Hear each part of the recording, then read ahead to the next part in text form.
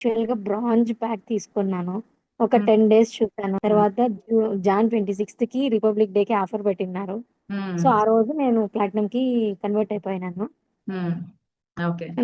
నేను ఒక స్కూల్ టీచర్‌గా వర్క్ చేస్తాను. Plus SBI life agent, health insurance ఏజెంట్‌ని. హ్మ్. సో, ఇలా అన్నీ చేసుకుంటూ నేను మళ్ళీ స్కార్వి కూడా చేసుకుంటున్నాను. స్కార్వి నుండి నాకు మంచి స్కిల్స్ అనేది కూడా ఇంప్రూవ్ చేసుకుంటున్నాను. బట్ నాకు టైం దొరకట్లేదనమాట ఇంకా చేసుకోవడానికి. హ్మ్. అలాగే ఎర్నింగ్స్ కూడా తీసుకున్నాను. ఫస్ట్ ఆఫ్ ఆల్ మాకు మంచి ఒక సిస్టర్‌గా, హెల్పర్‌గా అని ఎన్ని విధాలుగా కూడా మనకి మీరు బాగా హెల్ప్ చేస్తున్నారు madam. Thank you so much. Thank you. దీని ద్వారా నేను ఫేస్‌బుక్‌లో యాడ్స్, మెటా యాడ్స్ రన్ చేశాను. ఒక 4, 5 మెటా యాడ్స్ రన్ చేశాను.